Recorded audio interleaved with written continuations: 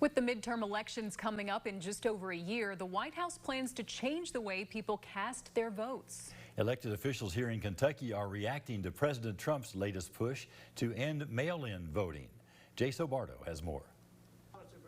President Trump will soon be adding another executive order. According to a Truth Social post he made on Monday, he wrote he will bring honesty to the 2026 midterm elections by signing an executive order to get rid of mail-in ballots. I'm sure there will be many discussions with our friends on Capitol Hill and also our friends in state legislatures across the country to ensure that we're protecting the integrity of the vote for the American people. The Constitution outlines some election rules, but most election laws are determined at the state level. We need to make sure that each state makes a law to where one person, one vote. Senate Majority Caucus Chair Robbie Mills from Henderson says he supports President Trump's ban on mail-in voting. He says this executive order will most likely need litigated and hopes it helps create a conversation around election security. We'll see where the executive order, how far that can actually move what they're doing.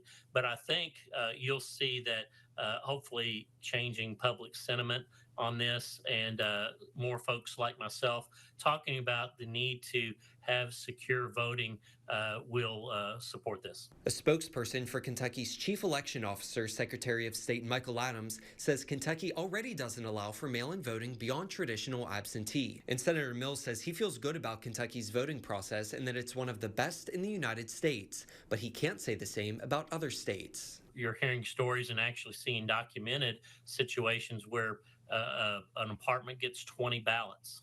And then that brings in this concept of ballot harvesting. The Kentucky Democratic Party responded to Senator Mills' support of President Trump on this issue, saying in a statement that both the governor and Kentucky's Republican Secretary of State believe in the security of our elections and that secure mail-in ballots are not a threat to democracy. Senator Mills says people with disabilities or work obligations preventing them from going to their polling locations will still be able to vote by mail through the secure portal to get an absentee ballot. Jay Sobardo, Fox 56 News. President Trump's Truth Social post also indicates his intent to get rid of electronic voting machines and replace them with paper ballots.